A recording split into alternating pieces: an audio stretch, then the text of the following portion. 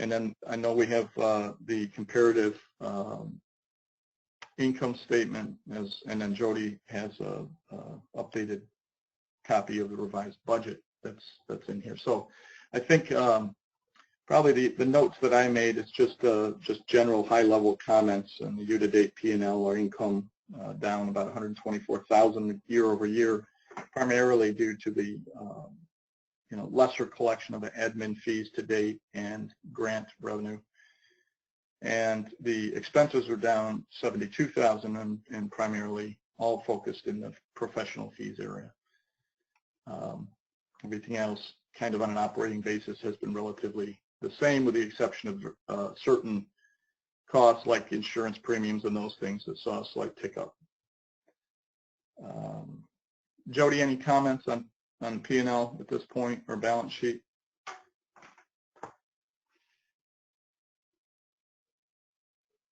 Yep.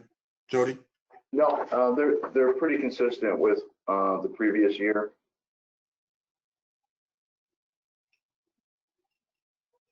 Okay. Did you want to talk at all about the budget, or is that just an item that you included and are going to keep including just going forward, whether there's a change or not? I just pulled it up. The assumptions that we've zeroed out a lot of the grant programs. We'll just be discussing it under other business, but we might as well discuss it now. The rail yard project and the 205 study, we originally did not budget that because we weren't worried that the funding would not be coming through. We received an email from the state a couple of days ago indicating that they accepted our proposal to use the master plan work that MRB group is doing with us to account for the MWBE requirements. And they've also agreed to merge the 3 projects into one. So once that MRB master plan study is completed, that should probably be done within a month and a half. We're going to voucher for the full $180,000, and we're expecting to get that reimbursed probably the 3rd quarter of this year. So that number isn't in the tentative budget right now.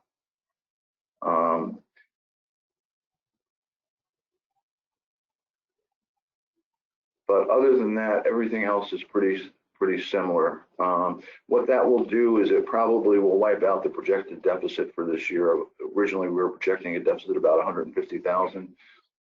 With that inclusion of another 180,000 in additional revenues, we should be in pretty good shape this year. So that leads me to presume that we have loaded the expense side of that equation that's already in the budget, that won't need to be adjusted. Right. Okay. That's good. Good news. We'll all hold our breath to make sure we get our check. Yes, I know. Any comments or questions with respect to the financial statements or budget? Cody, I'm sorry, with the other project that you and I talked about, where does the Community Foundation business kind of assistance, where does that fit? Is that financials, or is that more special projects? Well, it's actually in both. It's under new and unfinished business. Okay. Oh, wait, sorry. So if there's nothing further in financials, we can, and there's no questions, we can slide into your new and unfinished business. Okay. Megan, you want to give a brief update on Bus Garage? Yeah, so at the last meeting, I don't know if the board recalls, but you agreed that we would approve a $40,000 a year payment, or about $3,300 a month from Hale, which is what he asked for. And when I told him that, he apologized to me and said that he would actually just like to pay the $5,000 in June, which you guys probably saw in the deposits, and then said that he would sign that contract, the year contract, in July. So I think he's really waiting to see what happens with the colleges, because that's really where his business depends. And I don't think he wants to sign a year lease, even though that's what he asked for, until he knows about the colleges. So he did pay us June rent, and I don't really know much more than that.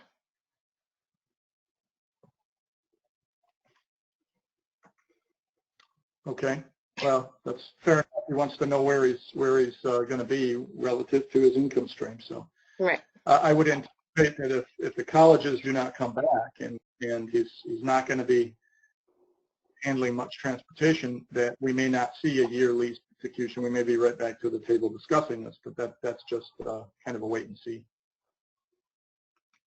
Yes, that could very well happen. Okay, great. Thank you for that. And now, Jody, back to the Community Foundation. I guess that's the next item.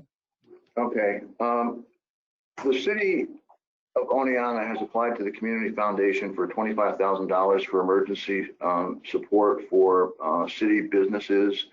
And I think they're looking at providing about $75,000 of city funds to match the $25,000 grants that they've applied to for the Community Foundation.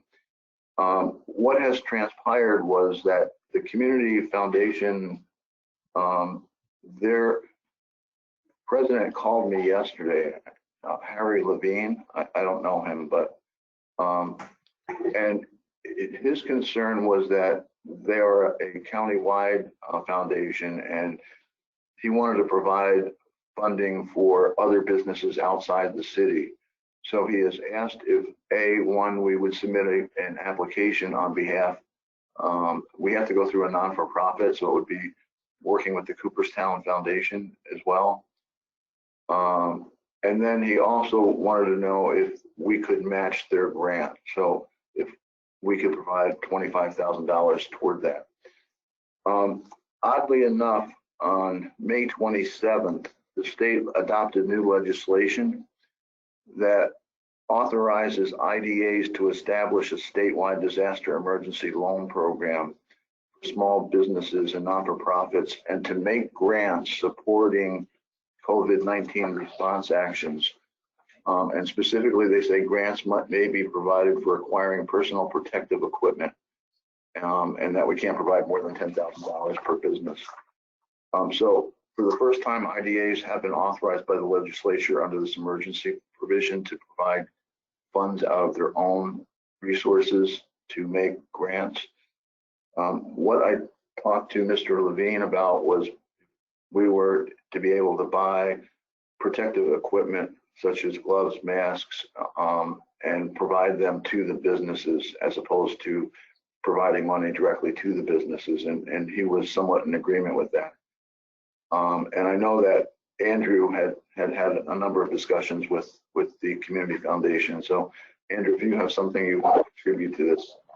Yeah, I mean, I'm on the board of the Community Foundation. I'm on the initiatives committee that is reviewing all the applications for the COVID emergency fund. I mean, the Community Foundation wasn't really in any position to grant out money, and you know, when COVID hit, you know, we decided to move forward and see if we could raise some money and grant it right back out, because the Community Foundation obviously doesn't have any staff. It's a new entity that was just in the process of trying to raise, you know, it's some you know, endowment restricted funds and kind of move forward. That was moving forward fairly quickly, but I think we have $200,000, and the board. I mean, these are, you know, these are donations that are coming from community members, not the business community, obviously. And they, you know, the board decided that they wanted to allocate a portion to helping businesses get restarted, which I think is pretty unique. And I think, you know, that you know, I think it's just been trying to figure out how best to get those funds to the business community. So, you know, Future of Oneonta Foundation applying in partnership with the city, and then this other idea of using the Cooperstown Foundation, which is a supporting foundation of the Cooperstown Chamber. And I'm on the Cooperstown Foundation board, is the board is the officers of the Cooperstown Chamber. So I'm actually the board president for the Cooperstown Foundation. It's just a supporting C3 that we set up a couple years ago to help us with special projects and ways to accept money that the chamber couldn't accept, as well as support educational activities. So we're just literally going to use it as the, as the mechanism to apply for that money through the Commune Foundation. And then I think Jody, I don't know, they're not quite knowing if Harry brought up the chambers, but I think the idea was for the chambers to be partners in the process as well. Is that right, Jody? That's correct. When the Rotary Club out of Binghamton and Shenango County donated masks to the county, we notified both chambers, both the Otsego County Chamber and the Cooperstown Chamber, that they were going to be made available to the county. So what we would be doing with this project is, while we've been in touch mainly because of our office in order to get protective gloves and masks and stuff like that. We've been in contact with the Fox Hospital, and they somehow arranged to have their supplier give us the same price for their equipment. So we would be in the process of actually buying the protective equipment, but having the chambers arrange for the businesses and for delivery to the businesses. And there is no actual statewide or statewide, countywide, like Jody mentioned, the support outside the FOF and the city of Oneonta will only serve the city of Oneonta. So the 25,000 from the Commune Foundation, which I think has a, just like the FOF proposal for 25,000, those should be approved. But outside of that 25,000, it's not going to go very far. So I understand where Harry's coming from. And the IDA, I mean, this would be a tremendous way to really help the business community if the IDA could match that support. It's no one's getting any administrative money or anything. This is all going to go right back out to support the business community. And I think I mean, I'm Jody's I think seems to have a great idea and handle on how this could work. So I'm hoping that we could make that match somehow through the IDA.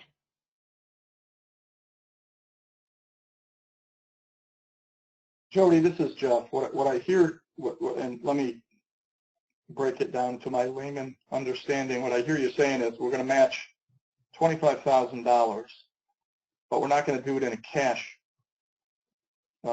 type match. We're going to do it in purchasing $25,000 worth of supplies that would then be available for businesses in the form of masks and gloves. And then there would be some process set up for them businesses that need that to come in and ask for assistance. That's pretty accurate, yes. And what does $25,000 buy in terms of masks and gloves?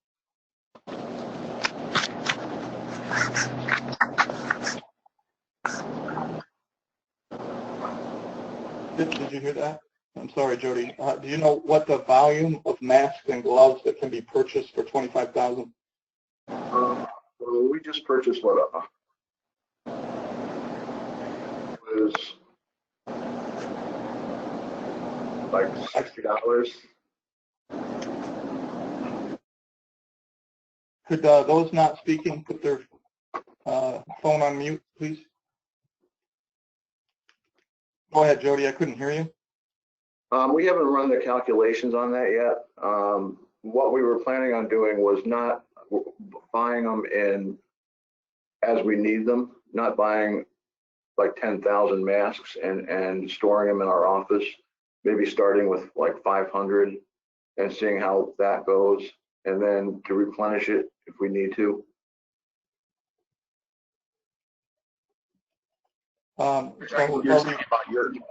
You're talking about the IDA office, though, right? I mean, if this initiative moved forward, you'd obviously buy a lot more than 500 masks, right? You're just saying you don't know the cost, the cost bulk buying outside of what the IDA was looking at. That's correct. Okay. I know the So, city. Sorry, Jeff. I know this. Go ahead. I was just going to say, I know the city of Oneonta, their purchasing is looking into this, and then I think I was also going to follow up with our county. We don't have a purchasing department. We work through Onondaga County, but I think we could definitely get a better idea of what that kind of what does 25,000 buy in terms of PPE and the cost. We really just got involved about a day and a half ago, and the Community Foundation is asking if we could get an application in quickly so it can be reviewed the same time the city's application is being reviewed.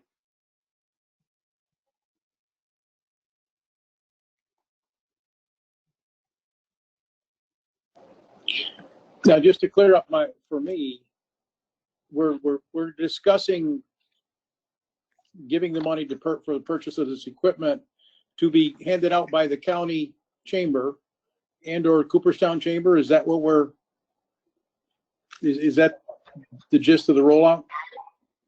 Yes, because we don't want to be responsible for driving around the county. Yeah, I'm in agreement, and I want to make sure it's countywide. Yeah. Yes. I have another question. So it's 50,000 of PPE equipment. That's what it is, right? So if it's matched, it's 50,000 worth of gloves and masks for businesses of Otsego County. Right, and disinfectant and stuff. Disinfectant and stuff. Okay.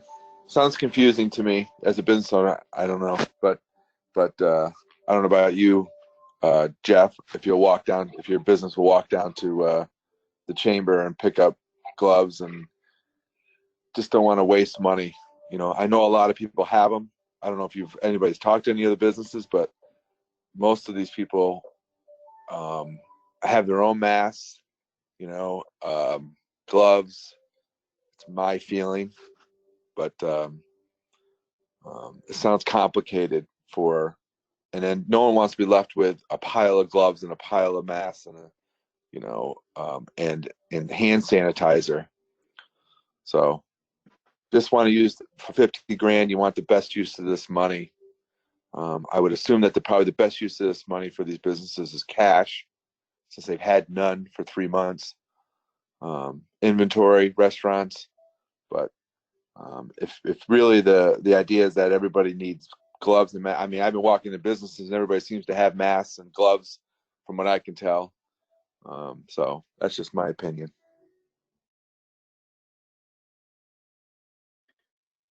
I'll just say the Jody referenced the donated PPE that came from the Broome Rotary, I guess Broome and Shenango Rotary. They donate $10,000 worth of PPE. That was distributed in like less than 2 hours by the Cooperstown Chamber and the Otsego County Chamber. I know the Community Foundation has I guess a number of the board members have been talking to business owners locally, and the general feedback, I guess, has been that it's been hard to find PPE, and I guess the concept behind this would be, and the city's proposal too, is to kind of put together a package that would possibly consist of masks, sanitizer, the thermal temperature component. I guess a lot of people are having trouble finding those temperature readers. I think it was more, kind of putting together some kind of overall package rather than having them come down and kind of get masks and those things whenever they needed them. It would be, I think, more coordinated and based on need, I assume. That sounds better. That sounds a lot more organized in that respect. Yes, that sounds good. That would be a better way of doing it. Good. Yep, I understand. Definitely the thermal thing is definitely the thermometers are hard to find. They're around. They're just really expensive, and I'm assuming the hospitals can find them relatively cheap. cheaper Jody, anyways. I Yeah. think Jody had a conversation with Fox about that. Yeah, I'm sure. That's good. Okay, sounds good. Question, are we all are aware that the prison system is making hand sanitizer available for free?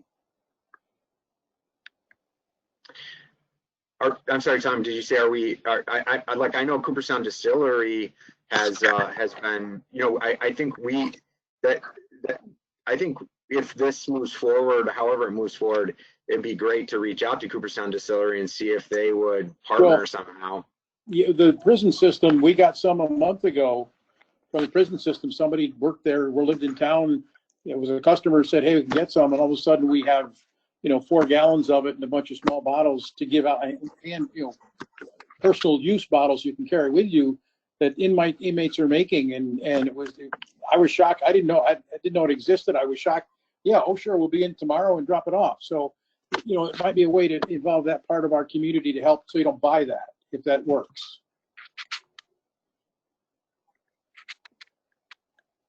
Yeah, I know Cooperstown Distillery has been donating. They're opening a new restaurant, whatever, tasting room in Saratoga Springs. They've been donating hand sanitizer to the city of Saratoga Springs. So I think they would be a perfect one for us to reach out to about this partnership. I think the more partners, the better. That I think it would be great. No question. I don't want to wear them out for the goodness of their heart. If somebody else can carry part of the load. Maybe the county can be a partner too. I know we've been through emergency services. There's some hand sanitizers, but I don't know the availability of it. Yeah, and again, Mr. Levine just called me yesterday morning at 10 o'clock to discuss this concept. So we really haven't had a lot of time to put together a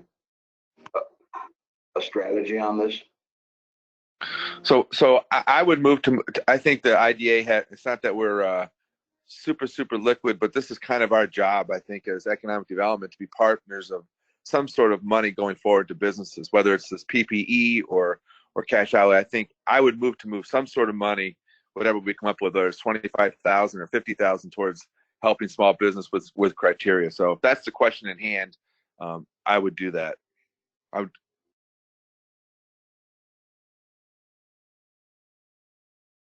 Well, Jody, it sounds like there's more to come in terms of the discussion around the PPE,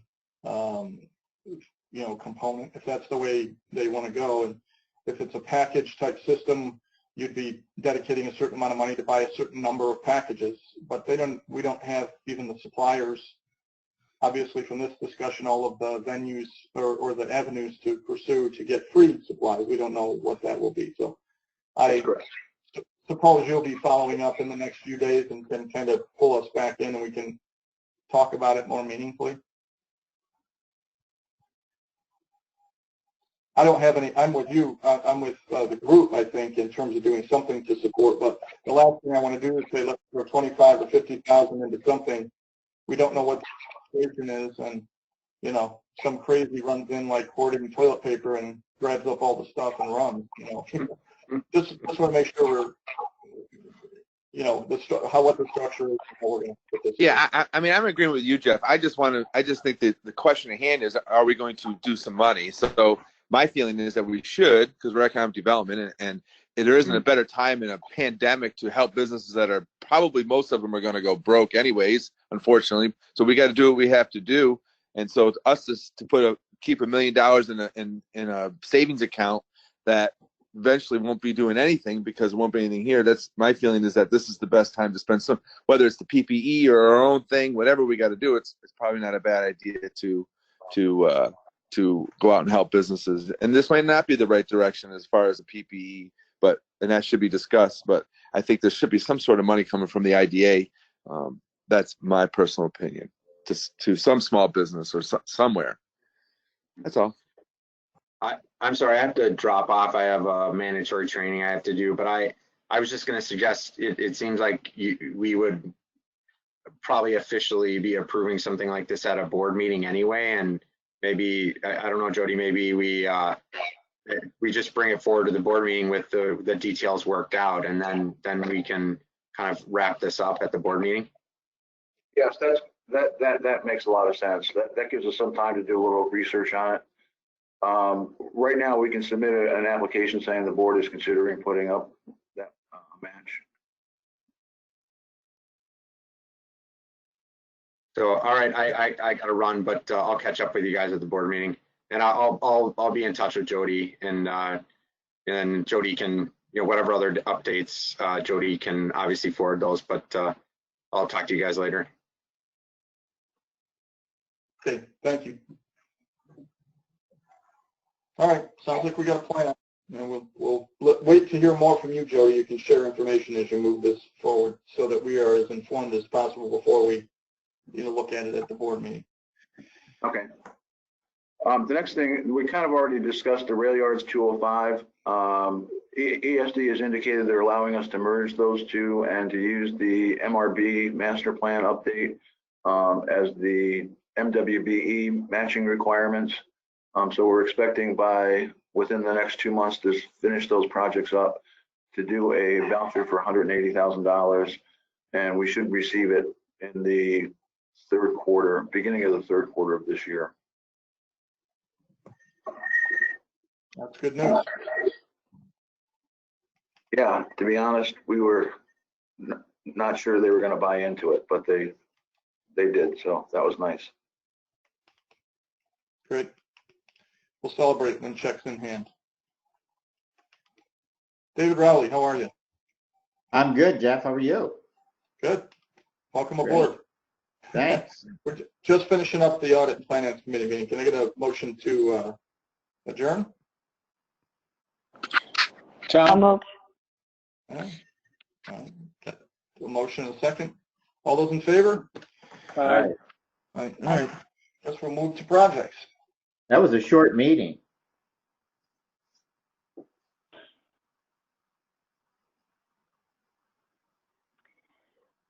So been working with Jody a bit on the project charters. So as we go through those today, really looking for feedback and input on the information that you guys are looking for and or that you don't need that's in there, so that Jody can continue to hone those project charters. So with that, I'll kind of just continue into the meeting. The meeting minutes from May 14th, are there any questions or concerns? Okay, if not, I would entertain a motion. I'll make that motion. A second. All in favor? Aye. All right. Any opposed? Okay. Jody, if you want to walk us through the charters, the high level status of the project.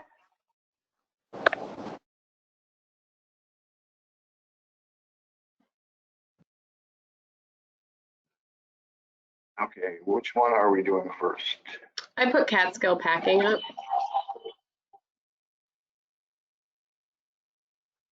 Okay, Catskill Packing is in.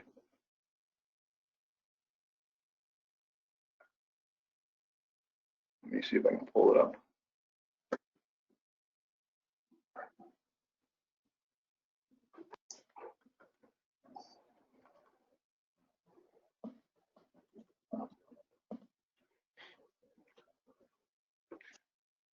Okay, Catskill Packing is one that it's going to change radically on the project milestones, because originally I tried to simplify it, not wanting to bore everybody with all the detail on it. But this is a much more complicated project than most of the ones that we deal with. And part of the issue has to do with, there's two different issues. One is on the budget and funding. There's an ESD grant that was awarded $200,000.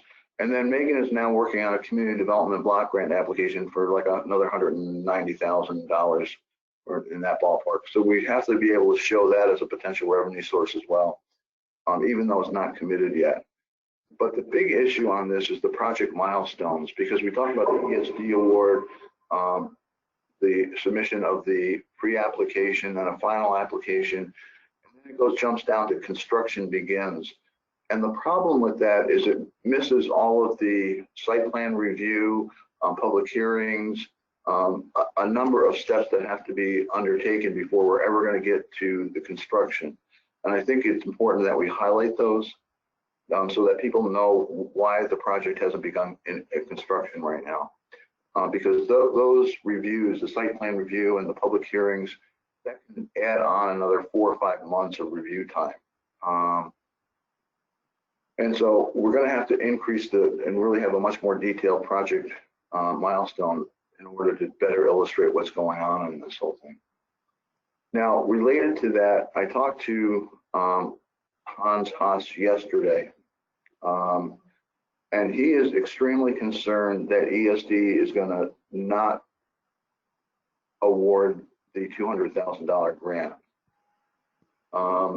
And he doesn't want to begin construction until he's absolutely sure that that's going to happen. So he's actually discussing holding off the construction until the spring of next year. But that would also give us more time to do the actual site plan review, the detailed designs that's required by the code office, and submissions of the small cities grant, which I had discussed with him yesterday. Megan has probably 13 documents she needs from him. And that's something that he thinks he can do in about 2 weeks. It's going to take him probably 2 or 3 months to document all that information. So this project is going to actually slow down, and it's going to be expanded and enlarged upon. And I think it's important that we, under the project milestones, list everything that has to get done on here and not try to just summarize it in general. Application submitted, construction is going to start. You really want to have a better handle as to what's going on in between those periods or during those periods. Then for each project charter, I've added on a section that issues of June as of the date that the report was done, so that it gives a brief summary quickly of what the issues are that are either delaying or moving ahead with the project. I then went through and then tried to list project categories, key objectives, secondary objectives, project descriptions. And this is, I think, where we would like input from the board as to what you believe should be in some of these categories. For example, our key objective is the creation of new employment opportunities. That's why we undertook this project. I think the secondary objective was to provide additional opportunities for the local farming community, that they're looking for an outlet for their meat production. And right now they're traveling down to Pennsylvania to do meat processing, a 3 or 4 hour drive. So that really became a secondary objective, to work with the agricultural community. We then list who all the players are involved in this. Hans Hoff with Alpine Roofing, Sircan with Catskill Packing, John McNamara's with McNamara's Engineering. He's listed as a partner only in the sense, and that's why I want to go back through the milestones and add sections on that. He's really key in getting this whole thing up and running. Originally, he was going to have his site plan work done by March. It's now almost middle of June, and he's nowhere near ready with this whole thing. So he's actually slowed down the process on this whole thing. Phoebe from CAID is heavily involved in this. Michelle Caton has been following us. This is a client of theirs as well. And obviously, Robert Wood and Paul, the code officer, they're all players in this whole project right now. Hey, Jody, can you explain why McManus Engineering is way behind? I mean, is that a byproduct of, what's that a byproduct of it, is the question. I think it's partly that he and Hans have not been able to sit down together. I think Hans has been just all over the place with his Alpine Roofing, and because of COVID-19, they haven't been able to meet with the town. There's been really face-to-face is much more important on ironing out some of the design issues than trying to do it by phone. And I think that he just they haven't connected well enough to move this project along. Yeah, that makes sense. So Jody, on your list, the top two guys on that list are partners, actually owners in the project, and the rest are professional partners, basically. Right, they're what I would consider partners on this project. That all of these people have to be involved to make this thing happen. Yeah. Well, some are service providers and some are actual partners, owners. Right, right. Okay. I just want to ask another general question, all the way back to the issues as of June. The last sentence, I can hardly read it, but I think it says Megan's having difficulty getting documentation that she needs. Why is that? And again, that's again because Hans has just been he only provides the information when there's a critical need, and I don't think at this point in time he sees it as a critical need. It wasn't until I explained to him yesterday that we have actually technically 90 days from when the pre-application is approved to submit a full application. Otherwise, they scrap the project. And that prompted him to say that I'll get everything to Megan within the next 2 or 3 weeks. He just puts things off because he's got so many other things in the fire, whether it's Alpine Roofing. He started a new facility in Sydney Center that is doing smoke meats, I guess. And I just don't think he's focused on this right now. And primarily, he's also really concerned. I think the reason he somewhat is hesitant on moving ahead with this is that he's worried that he's not going to get this $200,000 ESD grant. So until he gets those are the things, even though the state says yes, those projects were approved, one of the worries that I share with him is that none of us who have gotten a grant in December of last year has received what they call the incentive proposal, which means sometime in January they should have sent out letters saying this is how much money you're going to get, your grant was approved. You know, they signed an agreement saying that this is our understanding of the project. There were draft ones that we received on some of our projects that were done in January. We should have received final ones in March, and nobody in the state has received incentive proposals for any of grants awarded this past time. So I think he has a right to be concerned, even though everybody is saying that no, those funds are secure, but new grants are going to be difficult to obtain.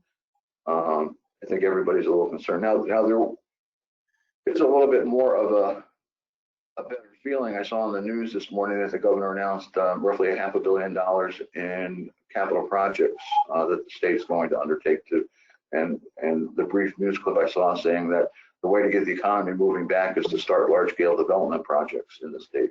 So I'm a little bit more at ease that he is going to consider keeping commitments funded for these projects.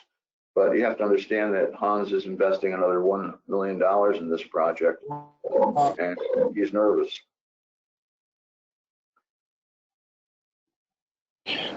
Well, Jody, I think that we all should all be concerned, and should all be concerned a little bit about what the check being delivered, because we don't know where we're going. Another question, pre-application. You said there's a 90-day window from the date of pre-application. When was this pre-application submitted? Well, when it was submitted, we know. When it was approved, we really don't know, unless Megan's found out the definitive answer.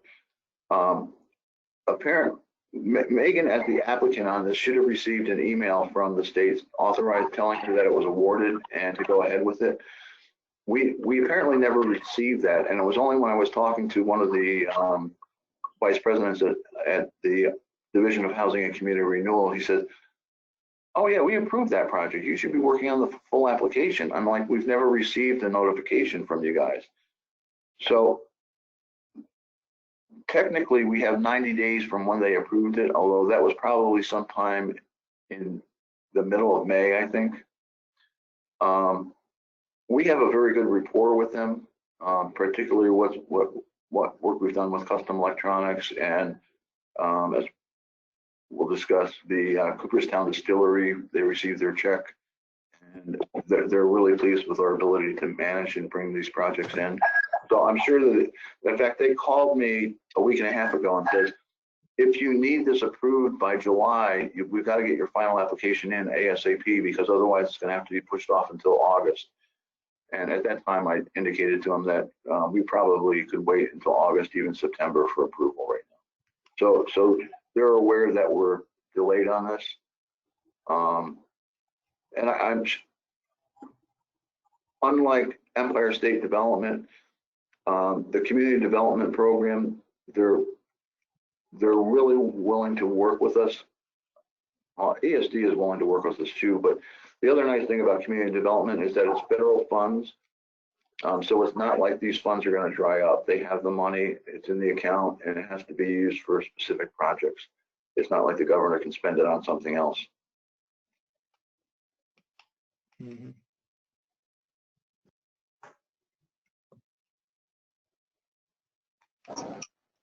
Jody, my concern would be with an entrepreneur like this is that he's in your arena now. Wants $200,000 from the state.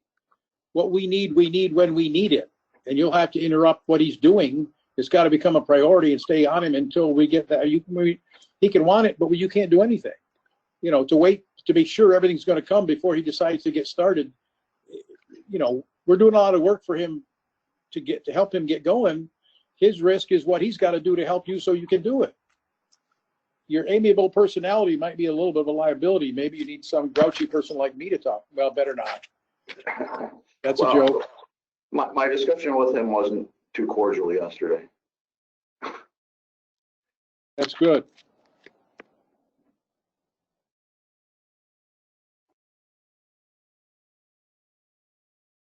I mean, I know Hans, and I can tell you that company is just, even Alpine, they're busy. They are crazy busy.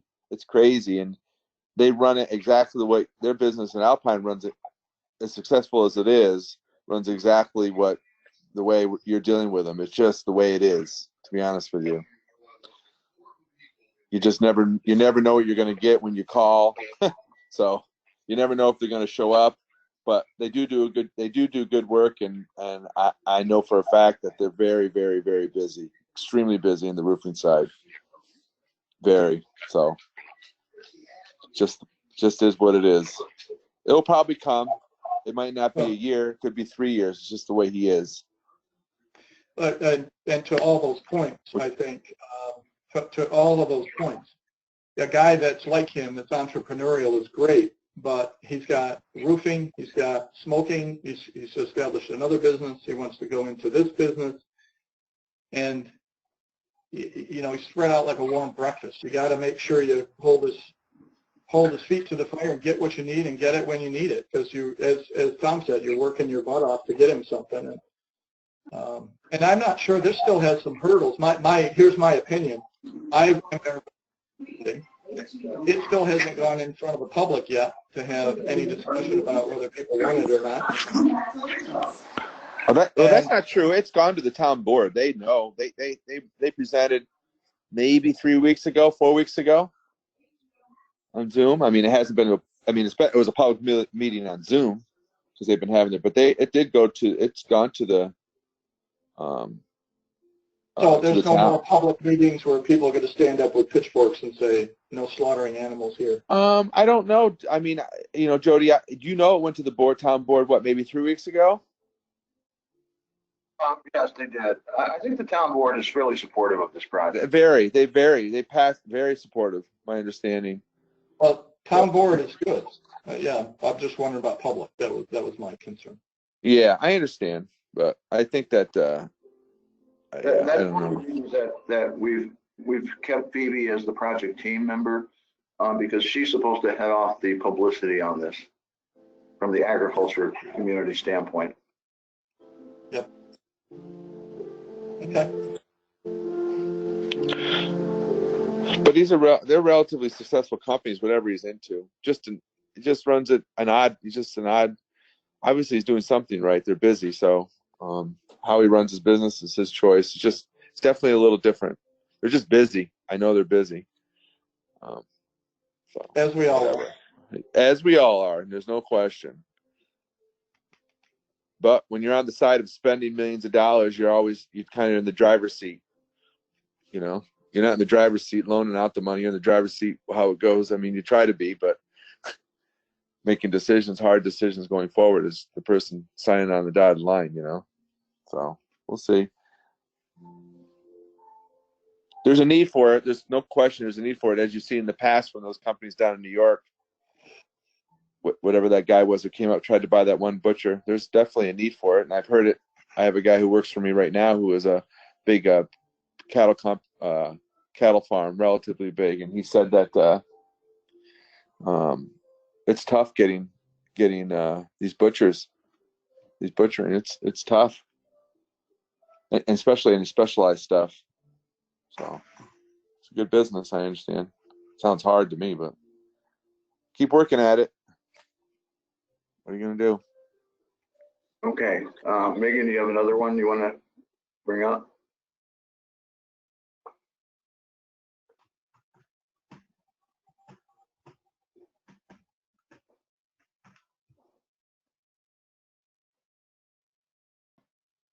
There it is. It's custom electronics. Okay, so in custom electronics, this was the first one where I redid the charts, and after discussing with Cheryl, I understand that it's still confusing, so I'm going to have to also expand upon these and make them more clear. Because under the budget and financing,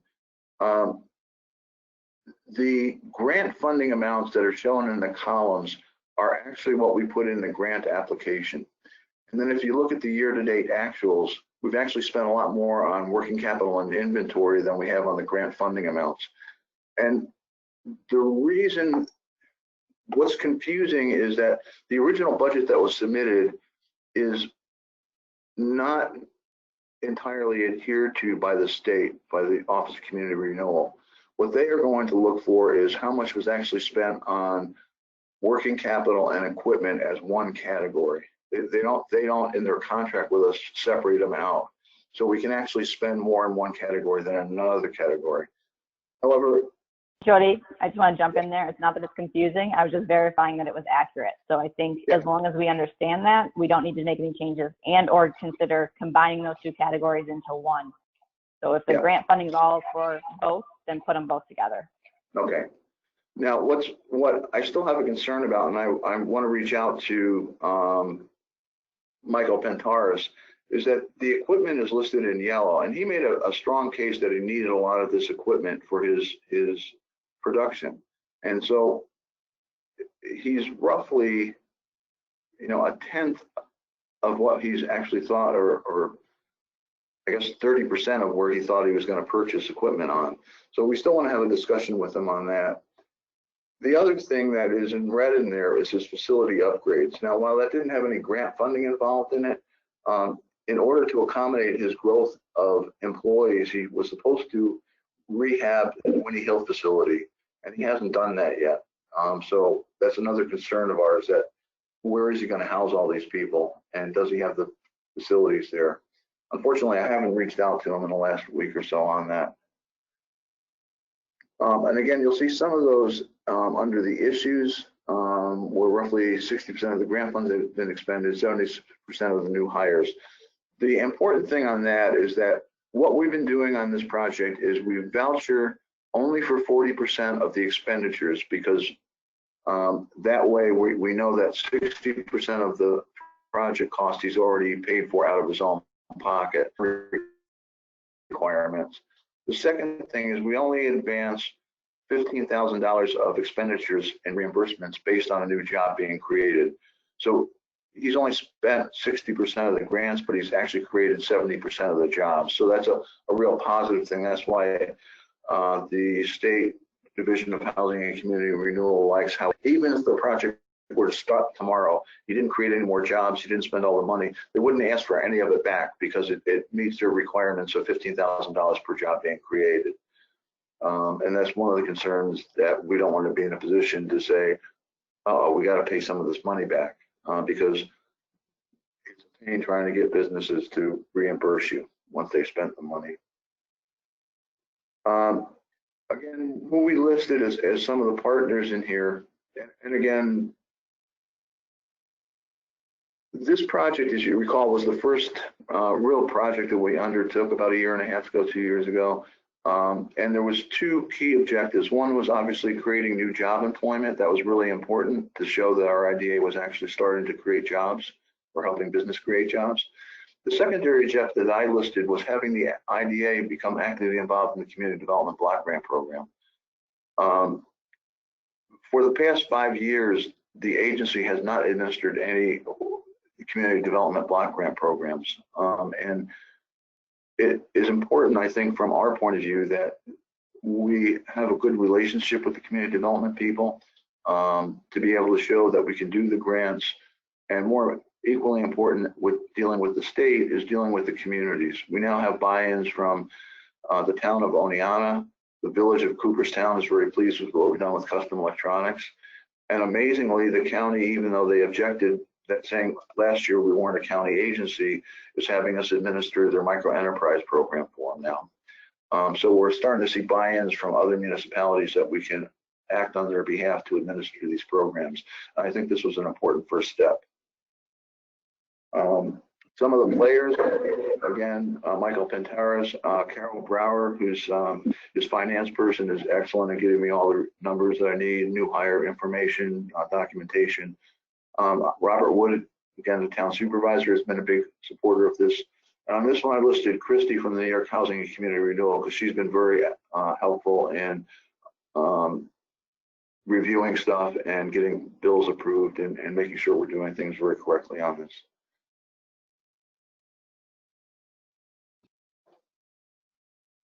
The one gray area I have on all these reports, and that's I think one of the things that we wanted to discuss with you, is a lot of the activity logs. These are like ongoing, and the ones at the bottoms are not grayed out, so those are the most recent since our last report. Do you still want to see the activity logs from inception to date? Or is it just too cumbersome for people? I would assume you're retaining those logs as a record, but you don't. You know, if you're coming in on a monthly basis reporting in the projects committee, you could probably cut it down to within the current quarter. I mean, something like that. That would make sense. I mean, we'll keep our record copy with all of the activity logs from inception to date to present, but maybe we'll just have the last 6 months of activities posted on here for board members. Yeah, so I guess I challenge that a little bit because I think historically, if someone comes into the board or if you're trying to catch up on the project, and I don't want to see you maintaining 2 different documents, to be honest. So I think from my perspective, from a project standpoint, just having the things highlighted that are old is working, but yeah, if it's too much information for you guys, that's fine. I just would get leery about maintaining 2 different documents, and also, right, this is supposed to be historical, so that if the project gets pending or stops for a period of time, we can come back and quickly get back up to speed in terms of what's progressed and what's taken place on the project.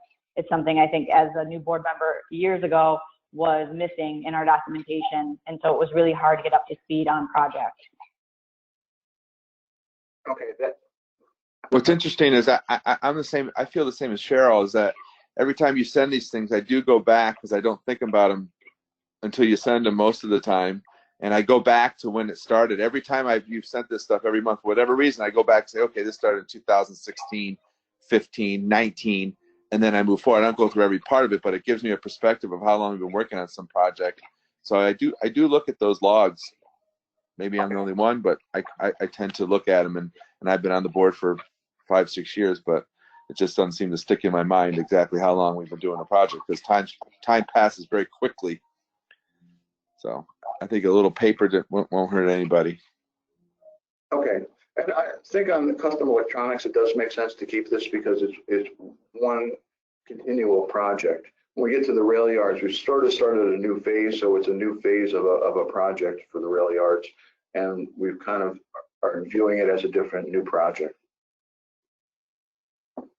I would just say, from my perspective, being more recently on the board, being able to go back is real helpful. Okay. All right, so we'll keep them the log, activity log the same. I believe the next one is probably the rail yards. Hold up Bridgefield. Richfield it is.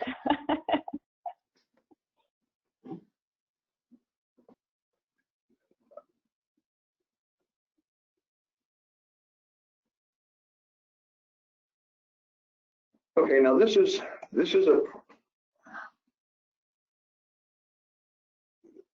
where I need some direction on how to what we want to show on this project. Originally, the project started off as Indela Projects business expansion, and she received, I forgot what the number amount is now, but roughly $1 million for her building. It really didn't involve the IDA. The grant was going directly to her. It didn't come to the IDA. While we assisted her with the project, we really have no involvement in that. We then, as part of the project, she wanted to build her building in the Richfield Springs Industrial Park. So we applied for ESD funding and received $325,000. And under this scenario, we just applied for another actually it's 1.2 million now for EDA financing towards this. So I've somewhat changed this project description to just the industrial park. And I'm wondering if we should add back in Andela's business expansions as well and highlight some of the issues on that. So that's question one, because right now, as I indicated, it's just for grant funds for water and sewer extensions. Is there, Jody, is there a lot of crossover with those two? Because I would see those as two separate projects. But if you're feeling like there's a ton of crossover between the business park and the expansion, there's a case to bring them together. There really isn't a real reason to keep them together. If it was if community development grants were involved in this, then yes, because they have to count job creation. But Empire State Development approved it as an infrastructure grant, and EDA is approving it as an infrastructure grant. So while jobs have to be referenced of what you anticipate, it's not a requirement that that's the reason they're giving the funding. So we technically can split them out. Again, if we were using community development, we would have to add that project in here because they actually have to see jobs being created for it. So my preference right now is just to discuss the industrial park. And I mean, we could have a separate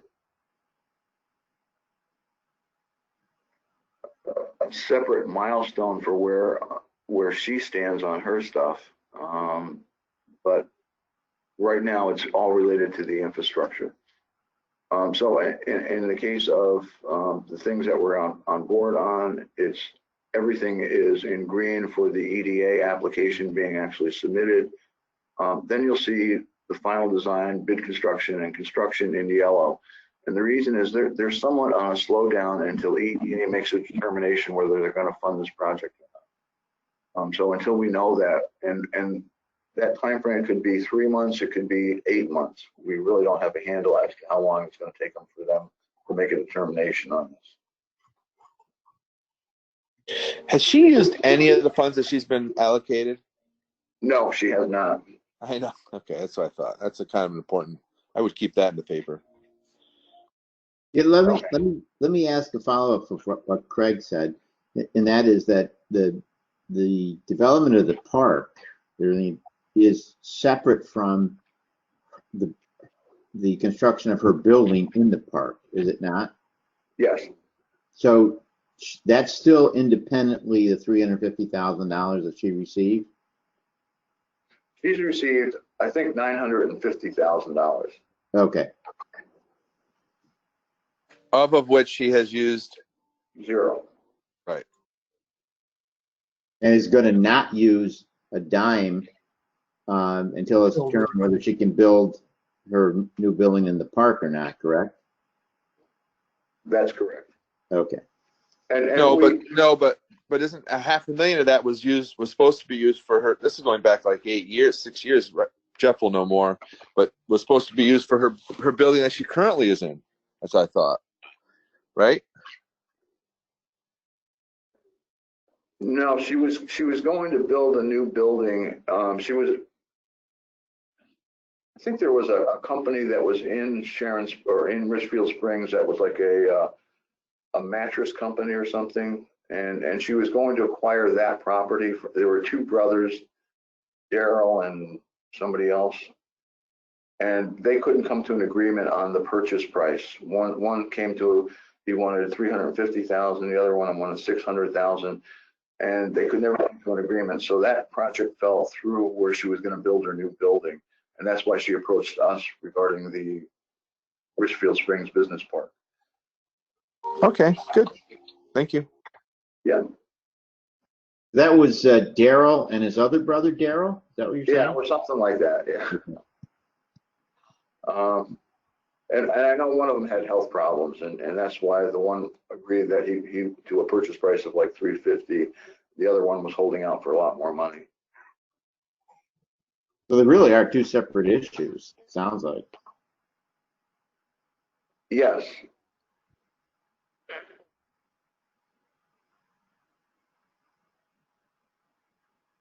Cheryl, is that your take on it also? Yeah.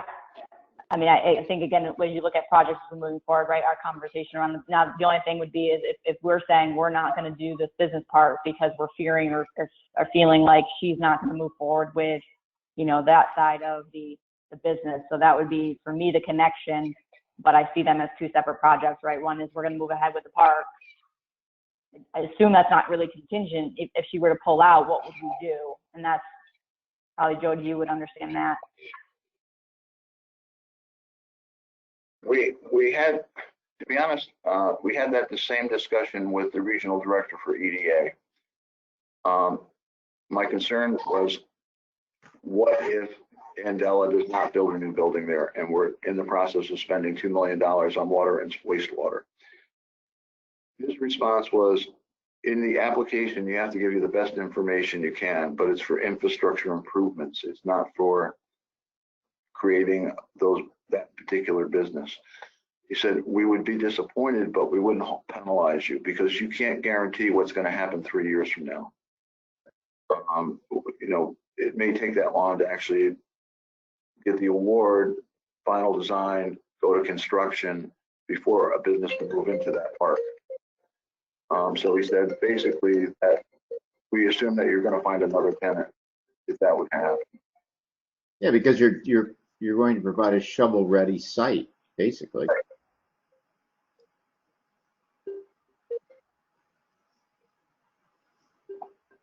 Any other questions on this project then?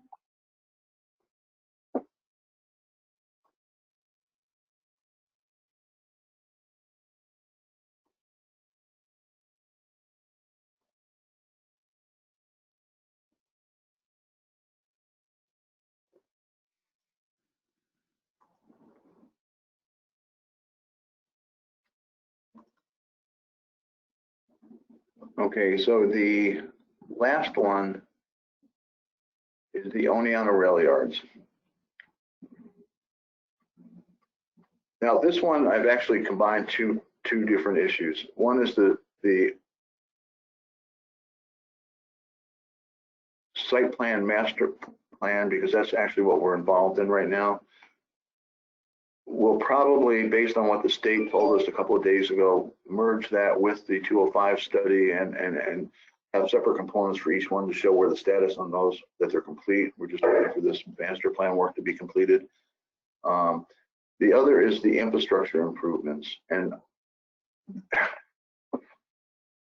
if you recall, about 7-8 months ago, we had a discussion that Empire State Development, originally we were given a $1 million grant for a $17 million matching funds from the IDA. And originally there was a concept that we're going to build a bridge that would connect I-88 into the industrial park. And that was going to be this huge $17 million project. And the state awarded the IDA $1 million. Last year, I told them we weren't going to do that project. And we had a discussion with the board, and the board basically says they can take their money back. I mean, we're not going to spend $15 million out of our funds for this. I explained that to the state, and they came back and says, well, how much do you think you'd spend? And so at the time I said, well, maybe $4 million for if somebody like Custom Electronics were to build a building in there for 20,000 square feet, it probably cost around that. And they came back and said, well, we'll give you $500,000 if you can have a project cost of $5.2 million. And I said, I don't think my board still wants to go ahead with this. In which case they turned around and says, well, we're asking you to agree to this. So we have a grant for $500,000 that's supposed to be for a $5.2 million project. I show it in red because we don't have anything ready to go yet. And we will not have anything ready to go yet until the site plan is done. So that's kind of the big drawback in this whole thing. We're still working with Custom Electronics. They still are going to be needing a new building. He still wants to be the first tenant in the business park. But again, the COVID-19 put everything kind of on hold for the last 3 or 4 months. So I have not had any future discussions with him. So Jody, just out of curiosity, when we were looking at the large dollar amount, obviously that was for bridge access. The 5.2 that they're saying to spend, regardless of the access, is really more for just the development of the site. Then there's no, because we were talking about like a Tiger application even for the transportation component. Right. Right, and I had discussions with Clark Patterson, the people who did the Tiger grant application. They informed me that they thought that they had informed everybody that this was a waste of money, that you were never going to get a Tiger grant for such a large amount of money for such a small industrial park. But for whatever reason, that's past history. We do have, I don't know, Megan, can you show the good and bad news for the rail yard project, the master plan? Yes, I can.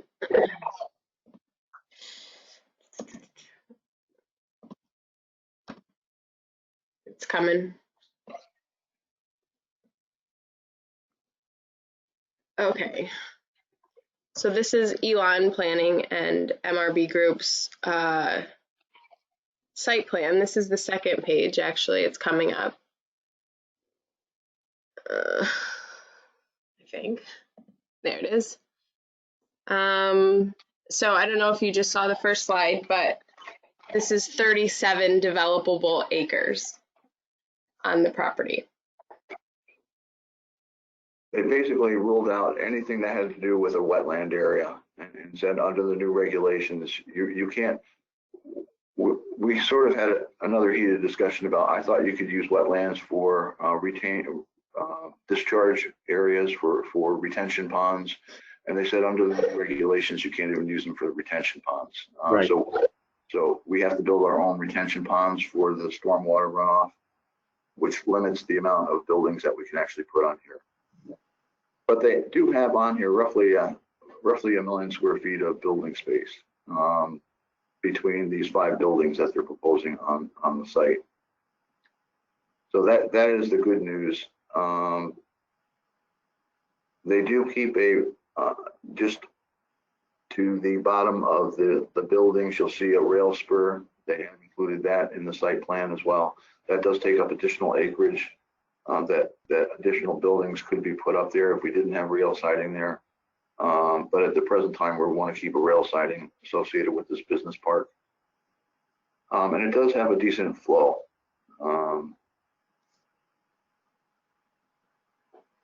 So the bad news is it's not 89 acres of property, it's roughly 38 acres or 37 acres. And I'll go back to the first slide and I can show you guys. Just wait a second. Yeah. So there you can see the buffer zone between the, go ahead, Joe. Yeah, I don't think that's terribly surprising, to be honest. No, it's not surprising to me at all. I agree. So we've met 4 or 5 times with this group now, usually every Friday morning. Last week we had a meeting, the week before, with the environmentalists. Everybody was satisfied with the site plan. There wasn't anybody objecting to it.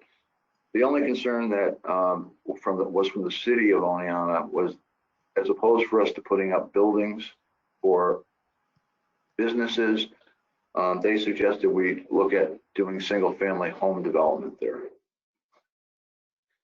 You're kidding me. No. Yeah, I don't see that as an option.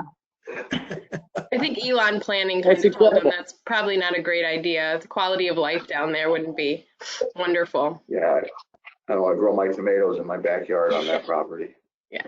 Is that a swamp in the back and the railroad tracks in the front, or a swamp in the front and the railroad tracks in the back? One of those two. Doesn't seem like a place to live. So, Nope. Who did Why that don't we, come from? why don't we offer to custom build a house for whoever brought up that idea, and then they can buy it from us? I agree.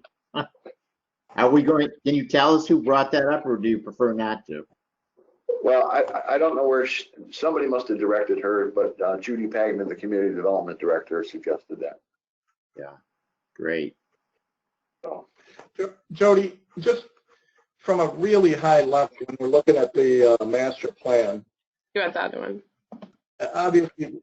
obviously we want to get to a point where, I mean, everything's about feasibility, right? And you can get this site to be, according to this plan, to be acceptable to develop up about 1 million square feet of commercial space. right. Right? So without a building on the site, to get the property ready to go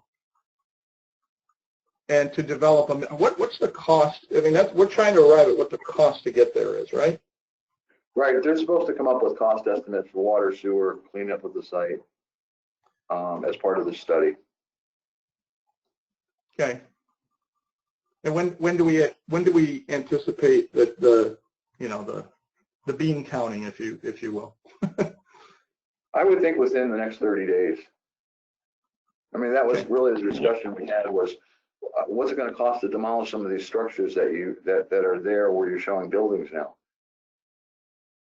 And to be honest, this to me is a much more doable EDA grant. EDA can come up with at least 50% of the project cost. We may be able to actually go higher in this project, maybe up to 80% for EDA funding. And the reason is that it's in an opportunity zone, a federal opportunity zone, which has different criteria. It's much more fundable from an EDA point of view. We're hoping under the new EDA announcements for the stimulus package that the $1.3 billion, $1.5 billion of new money EDA had was going to be going toward these type of infrastructure projects. Unfortunately, they did not. But to me, we could use the state $500,000 as part of that grant.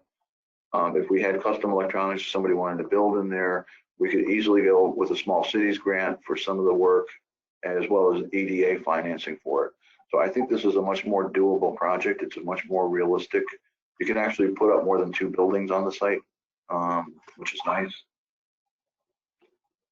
Well, the reality, if we had 1 million square feet available to develop and we had all of it developed and filled, we'd be dancing. It just depends on what it takes to get there. Yes, I agree. Correct me if I'm wrong, does this not include rerouting the road somewhat? A little bit, not too much, really. Okay. I think the original design was to completely reroute the road, which cut you into the wetlands and gave you some more square footage for development. But yeah, they felt that even though the road does infringe upon the buffer zone and the wetlands, since it's existing there, they felt that would be doable, that we wouldn't have to move it.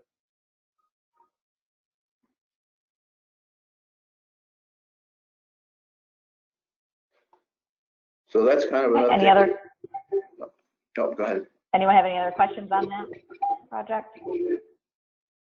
I think for me, I'll be honest, just trying to get a big picture look of, you know, the overall plan, which hopefully once, I think it was August was the target completion date for this master plan. I think once we understand that, we can then move into a better understanding of what this project looks like on a large scale and how do we divide it up into milestones for us to be able to track. Right, and there is still disagreement between some of the design people from both ELAN and the MRB group and us, as far as they're still researching the stormwater issues and whether they can actually modify those. The other issue is somebody like Custom Electronics, they're concerned that the vibrations of the rail yards would have an impact on their business. Now, Mike Pantera says that's not true, that he would still be interested in being down there.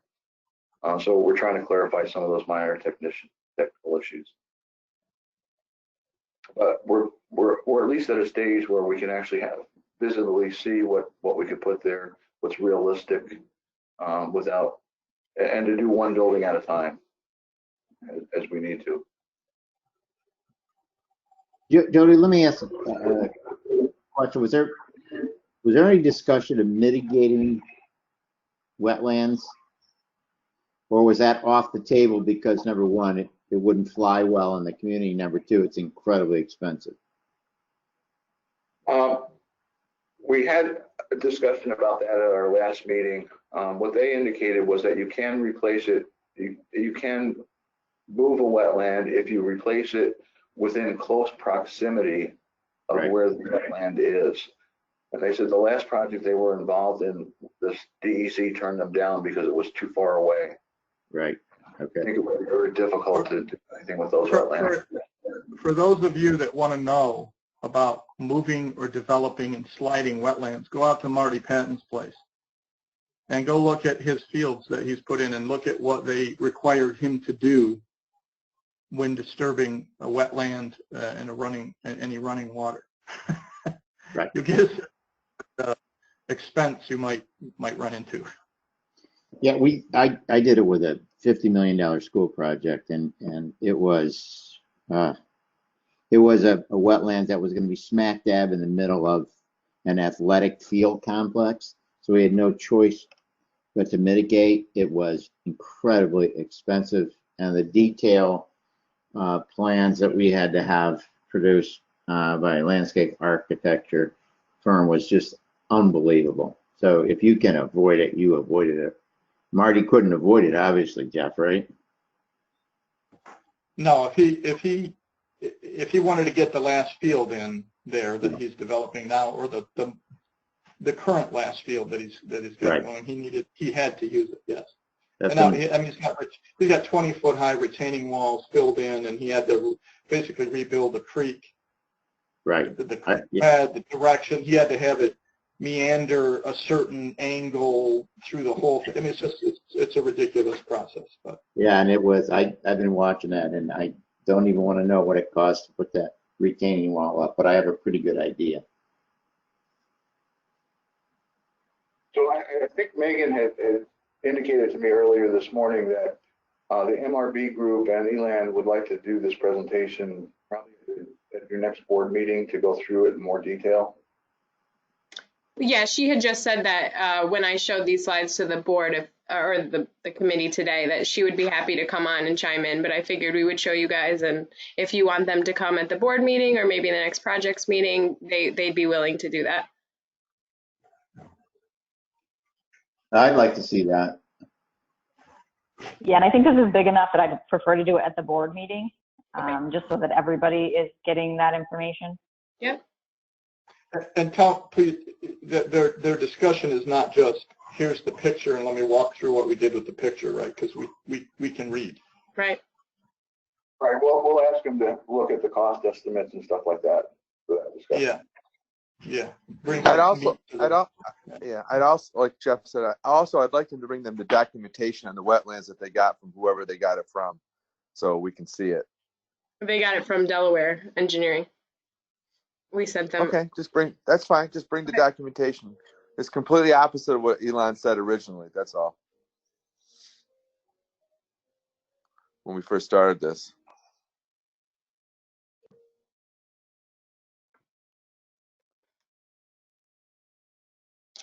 Any other questions on this project? Nope.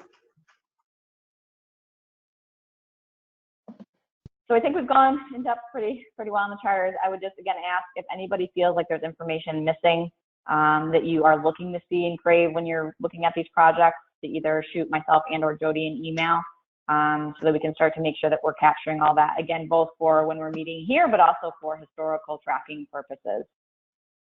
Yeah, I did forget one comment. I jotted a note down, and I think it's when you think about these things, memorializing these things, sometimes you're doing it for third parties that are going to pick this up and read and see what, why you did it or what you were doing. And when you get into the objectives, the primary and secondary objectives, in a thought crossed my mind, one of the reasons we're working with custom, and perhaps it's more relevant to I think it's more relevant to the rail yards, but it's really to further our hopes of a cluster development, and to kind of set a place that you could build around. I think, Jody, that's one of the concepts you've been talking about for a while, and so in your objectives, if you're outlining one of the things that you're trying to do, I think it's important for, again, third parties to see you have a plan and you're trying to do a cluster development, or maybe it's the ground stages of getting a place to do it or getting an initial building in there or whatever. But that's just an observation. No, that's a very good point. That's an excellent point. I agree, Jeff. Absolutely.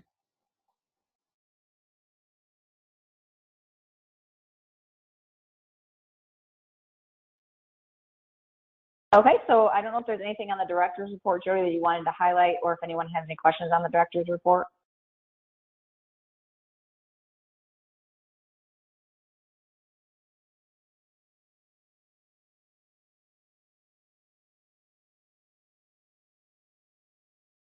I've got to unmute. Yes, we have received a request from Al Rubin of A&D Transport Services. It's under the Oneonta Business Park. They are looking for a place to store about 20 bus vehicles, and he was interested in the possibility of the Oneonta Business Park. There is a paved parking lot directly when you're driving down Corporate Drive. You come to SD Optical, and then you come to a big traffic circle. Well, just past SD Optical, right across from Mike Mano's other building, there's a small parking lot, and he went out and looked at it and said that he thinks he can fit in about 20 of his vehicles there. He's looking for a space for about 3 months because of COVID-19. He has less business going on, less drivers. So he was hoping that we could bring it to the board and see if you guys would be interested in allowing him to use that.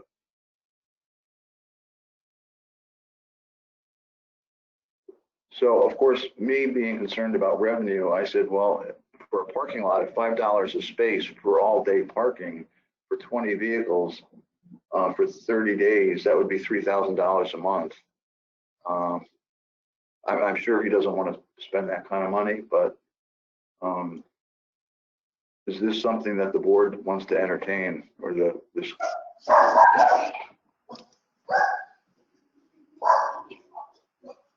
Any thoughts on that from anybody? I think we should entertain it. Just ask him what he wants to do. Absolutely, if it helps. Yeah, I agree, and also throw in the conversation about insurance. Yes, we already said that we'd have to be indemnified and we'd have to have them covered under our insurance. So he's in agreement to do that. So with that, we'll come back with a dollar amount. I'll see if he's willing to put up any money. I mean, Well, they'd have to put up some money. Just so, I mean, I'll ask him for $3,000 a month and tell him. Well, that's a good place to start. That might be a little strong, but You might want to tape his answer just for our benefit, but anyway, Yeah. for humor down the road. Okay, so I will get back to him and let you guys know, and at our board meeting, we'll come up with a resolution. I've already updated you on Halal. Hans is looking off till the spring of 2020 to actually put up his building. And then the last thing I had was under the marketing to tri-state area. We did receive a draft RFP from Vibrant Brands that I sent to this committee yesterday, I believe, because we just received it yesterday. What they're basically saying is that if you had $50,000 to do this marketing campaign, they would recommend not spending any more between $5,000 and $10,000 on actually having somebody do the site, the actual web page development and items to include in your marketing plan, and the rest of the balance of it, $40,000, doing direct ads under YouTube and different social media advertisements. They said the success or failure will be dependent on how many people actually respond to those hits. And you don't have to do all 40,000 at once. You can start in increments of maybe $10,000 and say, this is what we got back in first $10,000 of expenditures, $20,000. Do you want to continue? The recommendation is not to try to bring up second homeowners, but to actually try to bring up second homeowners that are interested in businesses and relocating their business. So we've identified properties that we own right now, such as the Hale Bush Garage, assuming that doesn't go ahead, Ioxis buildings, and vacant properties. We have photographs of those for them to build buildings on. But again, handing this out for discussion. The city of Oneonta is doing a similar marketing component, but they are just interested in marketing their downtown businesses. They asked 2 days ago if we would contribute $50,000 to their marketing campaign. And I said, we're a countywide agency. We just can't market to projects in the city. Sure.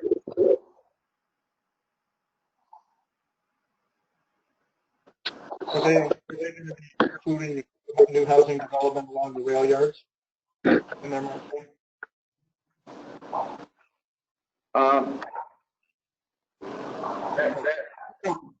That is the site that we would have them want to market on their behalf, on our behalf as well.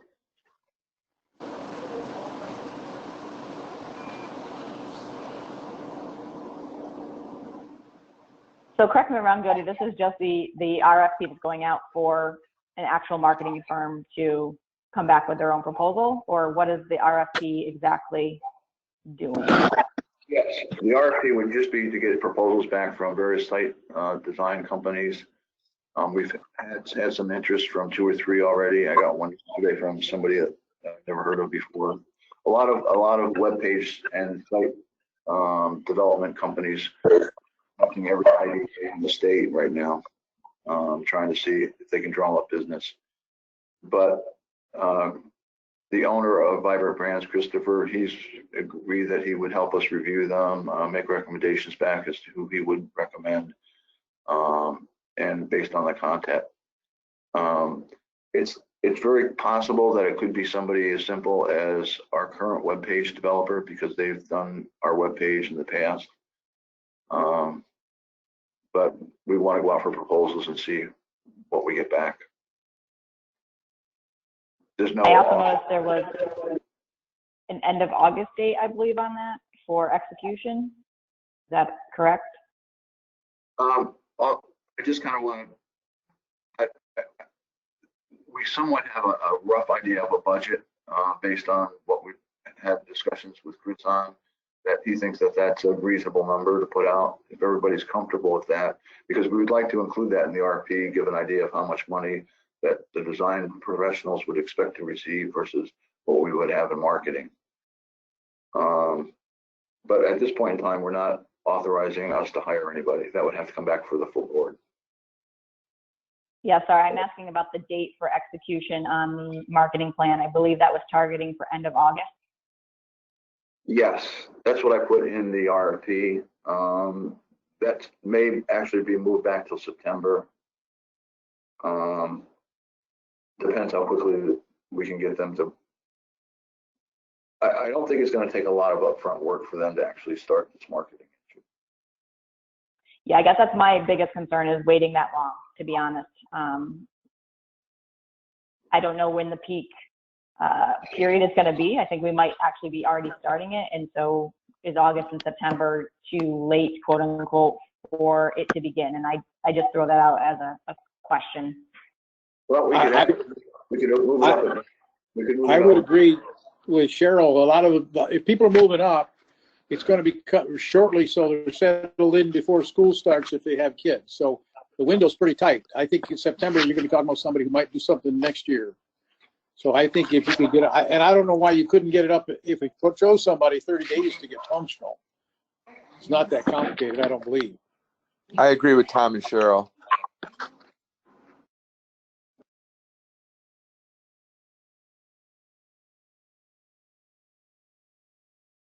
Other than that, are there any other concerns on the RFP specifically?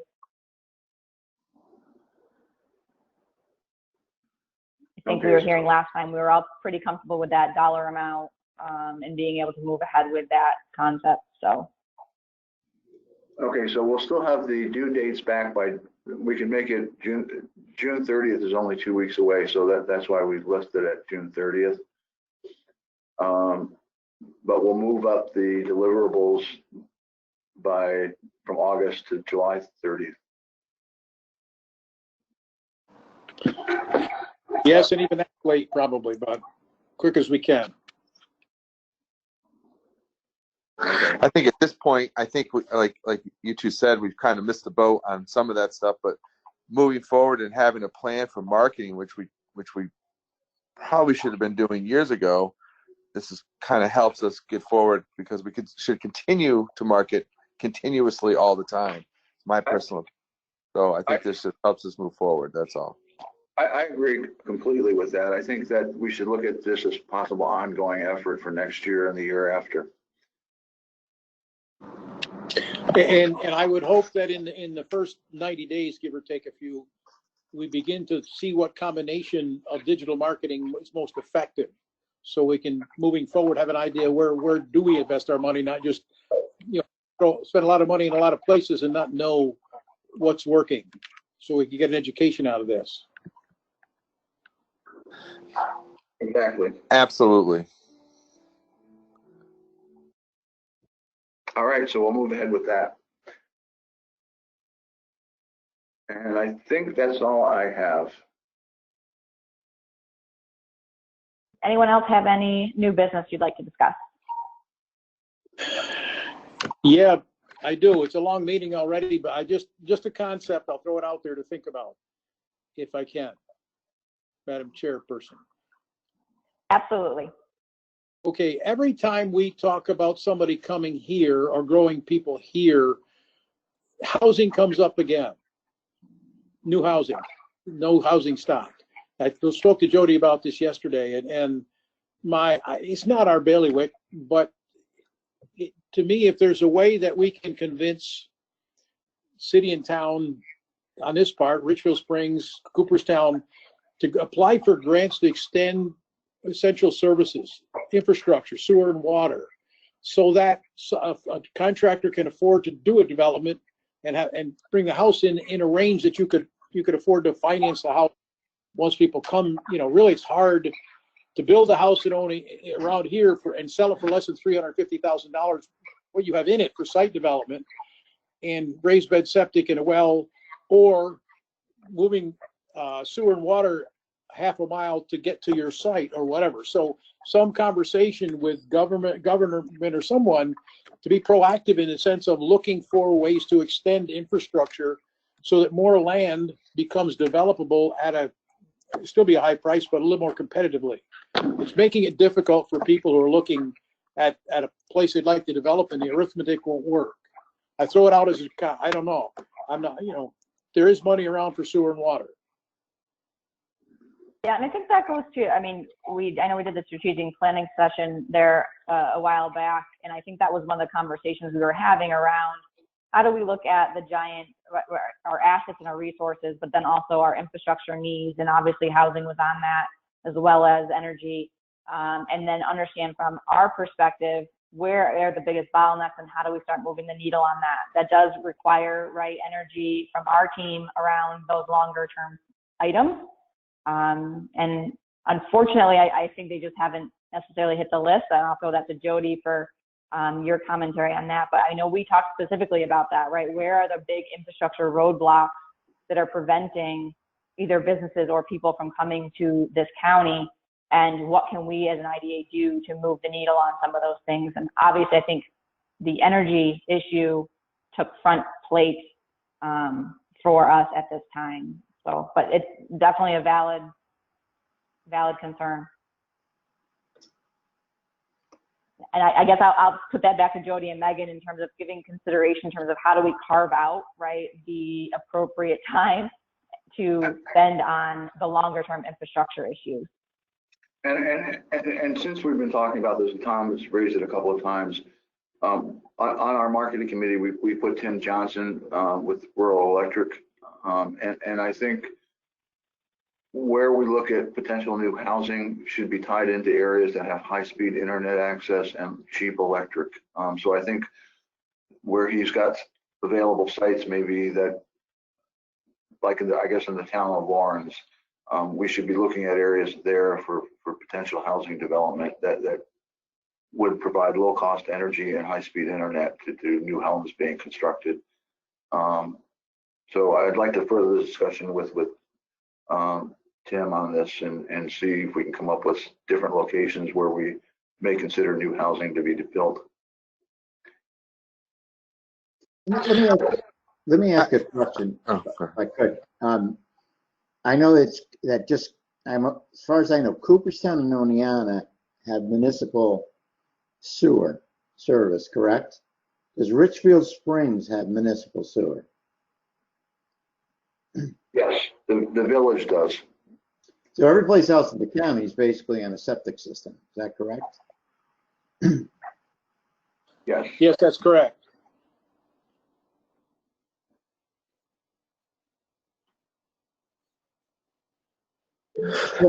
Well, your building is on a septic, correct? Whose? NYCM is. Yes. Yeah. I think Tom is correct. Is correct. And from when we were on the county board, I mean, we talked about infrastructure we tried to lead and help with any infrastructure. That was kind of our goal from the leadership before, was that if there were projects that we would, at the county, fund infrastructure. That tends to be the government part. So if the rail yards needed sewer or whatever they needed, that would be an easy way. And Jody, you can correct me if I'm wrong. An easy way for the local municipality to come in and help because they're continually doing that, like the city of Oneonta or the village of Cooperstown. I think our job is to developers to have a set process of down. If when someone comes to us and says, I want to build 100 homes, what can we do? And it might change. It's all pretty standard, to be honest with you, from my time at the county, of what the state will do or the federal government will do as far as money. It doesn't change very often. And Jody can correct me, but have to say, look, this is what we can do. This is what and this is a time frame that we can do it in a general sense, because it tends to be that developers come in here and they say, well, I want to do this, and it becomes a whole process of years, and they just give up. So if anything, I mean, all projects are different, so it's hard, but if we have some sort of standard of some sort of ability to say, look, these are the time frames and this is what we're looking at, would help a developer make a decision quicker, I would think. And the county does it. The county does it every year. Karen Sullivan's retiring, but the planning department continuously would talk about, which you don't hear about very often, but these infrastructure issues. So, am I wrong, Jody? No, you're correct.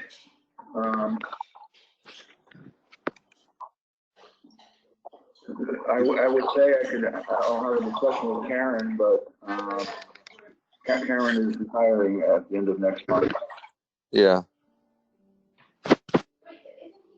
I think, if my memory's correct, we would not have the plans if they were not able to connect with Oneonta Municipal Water and Sewer. Is that correct? Correct. That's why it didn't go out in Emmons, correct? Yeah.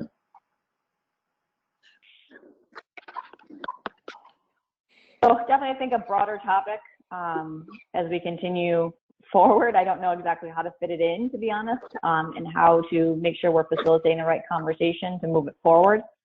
So again, we brought it up last time. They were strategic directions, and we were looking at broadband, we were looking at energy, we were looking at housing. I think where we had kind of landed with the housing it was really more outside of our wheelhouse. And I know, Tom, you mentioned that. So what can we do?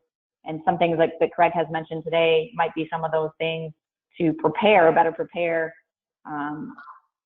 our areas for the housing. I don't know exactly how to move forward with that. And the city, as part of their recovery effort, they've been looking, they have a committee called the Infrastructure Committee, and their number one issue is lack of housing. So I think there's a recognition now from a number of different groups, including the city, that there's some housing stock here. Yeah, I think I still go back to, we get very stuck into the city of Oneonta or Cooperstown, and being able to broaden our viewpoint to the whole county. And so how do we get, and I know this was 2 years ago, I think you had a hard work intern possibly working on it. It was really going through all of the different municipalities in the county to understand the resources, the assets, and the infrastructure standing. And really, without understanding that, I don't know how to target. In my mind, part of the reason it's not in our wheelhouse, but it's at least peripheral, is the county's dependence on sales tax and bed tax. We need to increase the tax base. That's housing and jobs. We can't bring jobs in because there's no place to live. You can't buy a new house. It's all part of, chicken and egg, which comes first. But somehow for the county moving forward to get a little more stable and spread out our dependency for income, we need economic development, we need real estate development. So there's more income from homes, taxes paid on homes and businesses. I want to keep all the stuff we have in sales tax and bed tax, but add to it to diversify the county's dependence on tourism. Yep, absolutely. I think, again, I still look at taking stock of what we actually have in each of the different localities is important, because like where I live right now, I'm in a subdevelopment that has 10 empty lots. So when you say there isn't, right, it depends on what you're targeting for housing, what kind of income levels you're targeting as well become really important in terms of making sure you're going after the right things. I agree, Cheryl, and I don't want to be the negative guy in the room, but there's a lot of housing. My personal opinion, there's a lot more housing than people wanting to come here at this point. So it's an easy conversation to say that I just think it's an easy negative, because it's not an easy fix to say there's no housing. I just tend to think that the jobs part, whatever the chicken and egg, I just tend to think, ultimately our what we're supposed to be doing is creating the jobs with the help of finding housing of what's needed as jobs come. And I tend to think that developments will happen when there's a demand for certain things. And I didn't want to bring up your lot, Cheryl, but there's 5 really high-end homes right there with the ability to build, you said 10 other ones? Yeah. Yeah, and that's been for I don't know how many years. So 15. There's all a need. It's just we have to, like Cheryl said, put the direction that will definitely make an impact. We can easily make an impact. So, and what our goal is as a organization. So there's a lot of developable land within the city of Oneonta. Nobody's approached any of those people. I can tell you for a fact, probably about 50 acres of land right in the city. And that one single, they talk about it, but nobody, and I know most of these people that own this land and have yet to approach them for development, that a couple of houses have been built. So they just tend to think to go to places that, like the rail yards, put it there for whatever reason that comes out of it. I just don't understand. So. You're not wrong, Tom, at all. Well, I guess You're in my not wrong at perspective, all, but I'm a fan of Johnny Lunchbucket. The people who go to work every day and don't make a lot of money, and finding houses Absolutely. they can afford to buy. You know, two people working making $55,000 or $60,000. You know, you can't build a house. They can't afford to buy a house that you can afford to build. It costs too much. So I'm not sure where it all goes, how you figure it out, but certainly it's an opportunity somewhere, and it's pretty slim. Infrastructure makes it easier if it's extending to the edge of the property. That's all. yeah. I would just add one thing. You know, you talk about the town of Lawrence having a lot of property, but we're talking about these areas.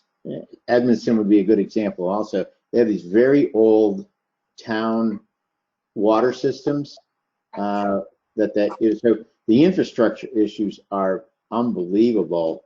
And I think if you're talking outside of the areas, like Craig pointed out, opportunities in Oneonta, I don't know how many opportunities there are within the Cooperstown Municipal Water and Sewer District, but we're pretty much talking about areas that you're going to need wells and septics if you're going to expand housing for lots of the areas in the county. Correct. And if you're taking somebody from an urban area and popping them in a rural area where that it's hard for them to comprehend a lot of times, if that's what we're looking at. But yeah, the upfront costs are much higher if you have to put in a well and you have to put in now an engineered septic system. They're much more expensive. Yeah, it's tough. It's tough. Yeah, no doubt. So again, I don't know where Cheryl we go knows from that here. firsthand, don't you, Cheryl? Oh yeah. Remember, so I'm not sure where we Cheryl, go from here. I think it's good conversation. downhill. Yeah. I think it's good conversation to be having. It's just a matter of now, you know, how do we take that on or move the needle? And for me, I still look at stock. How do we look at stock and what we have and what's available and where the demand is, you know, and that being aligned with the jobs that we're trying to bring in. Correct. That's kind of the way Tom was trying to say, I think, Tom, in that respect, the demand and what the job, what demand is and what the jobs are, they're coming in for that demand and what yes, that's a better way of putting it. Exactly, Cheryl. Yep. And I'd like to give kudos to Cheryl on finally, after 5 years of these projects and how to lay them out there, much easier to read, and Jody's on the right track for board members. So great job, Cheryl. I'm trying to narrow it down, and I think it's helped tremendously. I know where you were going, and it's finally getting there. Good job. Thank you. Lots of work for big pay. I know it's big pay, big pay, big pay. Everybody here is big pay, you know. Okay. Overwhelming. All right. Anything else for today? Okay, if not, I'll entertain a motion to adjourn. I'll make the motion, Cheryl.